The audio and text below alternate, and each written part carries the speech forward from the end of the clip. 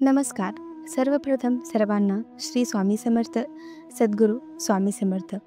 स्वामी समर्था तुमच्या सर्वांचे आपल्या स्वामी या आई स्वामी चॅनलमध्ये मनापासून स्वागत आहे.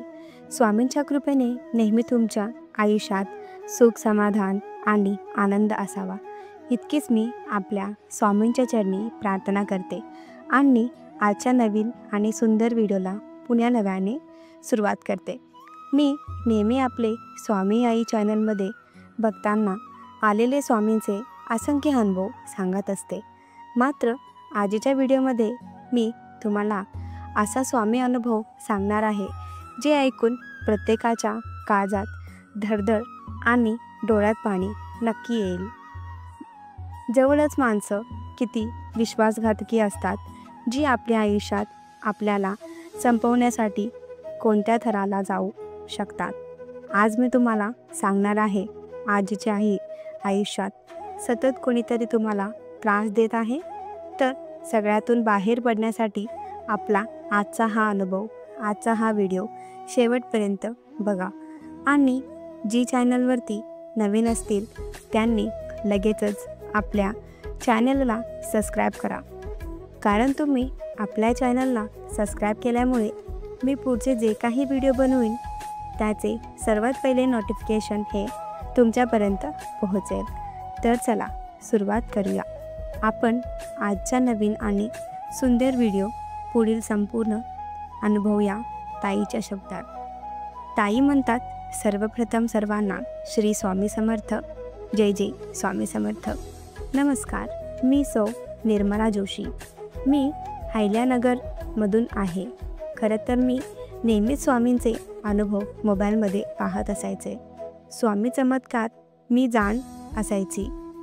अगदी माझ्या घरापासून 10 किलोमीटरवर एक सुंदर स्वामी मठ आहे. मात्र मी कधीही त्या मठात गेले नाही. मी देवांना मानवणारी होते, मात्र मी स्वामी मार्गात नव्हती. मला खूप वेळ वाटत असायचं की आपण ही स्वामी सेवा सुरू करावी, पण ते म्हणतात ना, नशिबात खूप भाग्य लागते आणि तेव्हाच स्वामी सेवेचे पुण्य लागते. आणि कदाचित तेवढी मी नशीबवान नसेल, म्हणून त्यावेळी माझ्या नशिबात स्वामी सेवा नसेल. मी लहानपणापासून अहिल्यानगरमध्ये वाढली. माझा लव्ह मॅरेज असल्याने अगदी माझ्या घरापासून 5 घर सोडल्यानंतर इथे जवळच माझं सासर. माझी सासरची परिस्थिती ही माहेरपेक्षा खूप चांगली होती. बंगला, गाडी, सोने, पैसा सर्व काही सुरू होतं. पदरात एक छान मुलगा होता. पतीचा चांगला व्यवसाय सुरू होता. अगदी नेहमी माझ्या माहेरचे माणसे मला सांगायचे, कुणाची नजर नको लागायला, सुखात राहा, असं सुख नेहमी तुझ्या आयुष्यात असावं. आणि एके दिवशी नजर लागल्यासारखं झालं. माझे पती हे अचानक एकाएकी खूप आजारी झाले. त्यांचा आजारपणा वाढतच गेला. खूप डॉक्टरकडूनही त्यांना काहीच फरक येत नव्हता. रिपोर्ट सर्व नॉर्मल, मात्र त्रास काही संपत नव्हता. निदान लागतच नव्हता. पतीनंतर 2 महिन्यात माझा मुलगा आजारी झाला. त्याच्या पाठीत इतक्या कमी वयात गॅप पडला, ज्यामुळे तो कंटिन्यू बेड रेस्टवर होता. 5 वर्षाचा मुलगा आणि बेड रेस्ट अशक्य होतं, मात्र तरीही आम्ही त्याला खूप जपलं. मुंबईमध्ये लीलावती हॉस्पिटलला तो 8 दिवस ॲडमिटही होता. अगदी काही महिन्यानंतर खूप प्रयत्नाने तो थोडासा बरा झाला. त्यानंतर मात्र माझी तब्येत खालावली. घरामध्ये आजारपण वाढू लागली. त्यात माझ्या मुलाचा 5वा वाढदिवस आला. त्याच्या पप्पांची इच्छा होती म्हणून आम्ही त्याचा वाढदिवस साजरा केला. पण त्यानंतर आमच्या आयुष्यात फासे बदलून गेले. त्यांचा व्यवसाय पूर्णपणे मंदावला. घरात कल व्हायला लागली. घरात जे काही सुख होतं ते पूर्णपणे संपून गेले. आता धनाची कमतरता भासू लागली. घरात पैशाची चणचण जाणवू लागली. त्याच आजारपण, एकही कामात यश नाही. आम्हाला समजतच नव्हतं नक्की काय झालं आहे. मग बऱ्याच जणांनी आम्हाला बाहेरचे बघा असा सल्ला दिला, पण मी माझ्या ह्या सगळ्यांवरती विश्वासच नव्हता. मात्र त्यानंतर माझ्या पतीचं खूप मोठं अपघात झाला. त्यात ते मरता मरता वाचले. तो धक्का आमच्यासाठी खूप मोठा होता. मलाही त्यानंतर काहीतरी बाधा आल्यात पाठी असावी अशी कणकण जाणवायला सुरुवात झाली. कारण जेव्हा ही अमावस्या आणि पौर्णिमा आली, या दोन्ही दिवशी घरात खूप कलह व्हायचे आणि आम्हाला सगळ्यांना खूप त्रास व्हायचे. मग जे लोक बाहेरचे बघतात, मी आणि माझी आई आमच्याकडचे गेलो. जेव्हा मी त्यांच्याकडे गेलो तर त्यांनी आम्हाला स्पष्ट सांगितले की मागच्या 7 तारखेला अमावस्या होती आणि तुमच्या पतीला संपवण्याची सुपारी होती. मात्र तुमच्या चांगल्या कर्माने त्यांना वाचवले. विचार करू लागली, यांचा ॲक्सिडेंट बरोबर 7 तारखेला अमावस्याला झाला आणि यांना हे कसं माहिती. पण माझी आई म्हणाली, त्यांना सगळं म्हणूनच तर ते बाहेरचे बघतात. मग त्यांनी आम्हाला सांगितलं की तुझ्या जवळच्या नात्यातील तुमची खूप घट्टी मैत्रीण आहे. तिनेच हे सर्व घडून आणलं आहे. जिला तुमचं चांगलं बघवत नाही, तिच्यापेक्षा तुमचं चांगलं आहे म्हणून ती तुम्हाला त्रास देत आहे. ते ऐकून माझा विश्वास बसत नव्हता. आता कोणावर विश्वास ठेवावा हेच कळत नव्हतं. त्या व्यक्ती माझ्या मैत्रिणीचं नावही सांगितलं आणि माझ्या पायाखालची जमीन सरकली. जिला मी सगळं जास्त जीव लावला, ती खरं तर तसं करेल मी विचार करू लागले. मात्र त्याच दरम्यान मला सर्व काही आठवायला लागले की माझ्या घरात जेव्हा जेव्हा ती माझी मैत्रीण काहीतरी बनवून आणायची किंवा जेव्हा पण घरात यायची तेव्हा आमच्या घरात भांडण व्हायची, कामात अडथळे यायची. तिच्या हातात खाल्ल्यानंतर आमच्या घरात त्रास व्हायचे. माझ्या पतीचा ॲक्सिडेंट झाला, त्याच्या आदल्या दिवशीसुद्धा तिने आमच्या घरी खोबऱ्याचे लाडू आणले होते. मग ते सर्व चित्र डोळ्यासमोर आलं. जवळच्या व्यक्तीने पाठीत खंजीर खुपसला होता. आता यातून कसं बाहेर पडावं आम्हाला समजत नव्हतं. त्या व्यक्तीने आम्हाला काही उपाय सांगितले, मात्र खूप उपाय करूनही फरक पडत नव्हता. कारण तिची विद्या या उपायावर भारी पडत होती. त्या दिवसानंतर मी तिच्याशी संबंध संपवले. मात्र त्यानंतर तिचा त्रास वाढला. आता घरात खूप वाईट भासू लागले.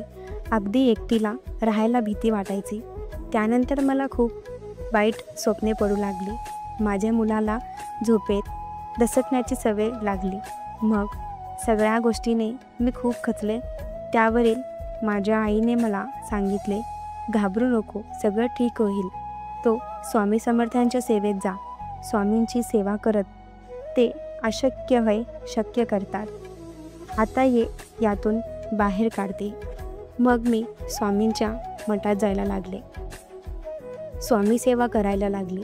स्वामींचे काही ग्रंथ घरात आले. स्वामींची मूर्ती घरात आणली. मात्र जसे स्वामी घरात आले, घरातील अडथळे खूप वाढली. कारण घरातील नकारात्मक शक्ती सकारात्मक गोष्टी करायला नकार देत होती.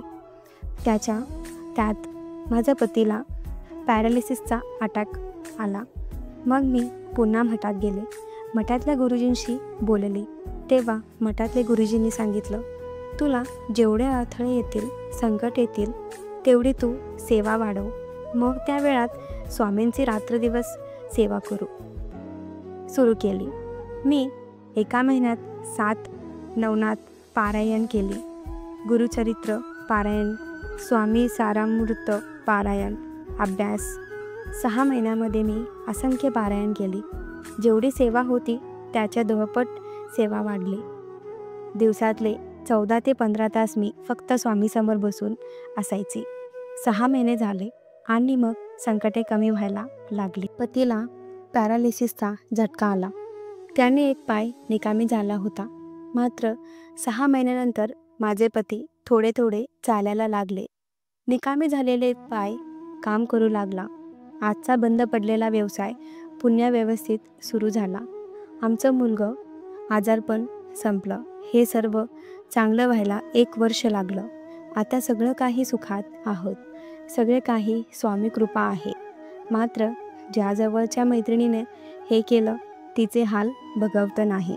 आमचं वाईट करून ती चांगलं करत होती, पण शेवटी कर्म फेडावे लागतात. माझ्या पतीला मारण्यासाठी तिने खूप प्रयत्न केला.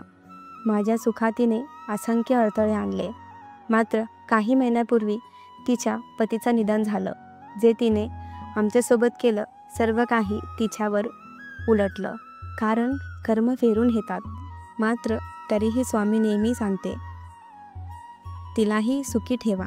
कारण तिने माझ्यासोबत जे काही वाईट केले तिची कर्म मात्र मी सगळ्यांसोबत चांगले वागणार हे माझी कर्म.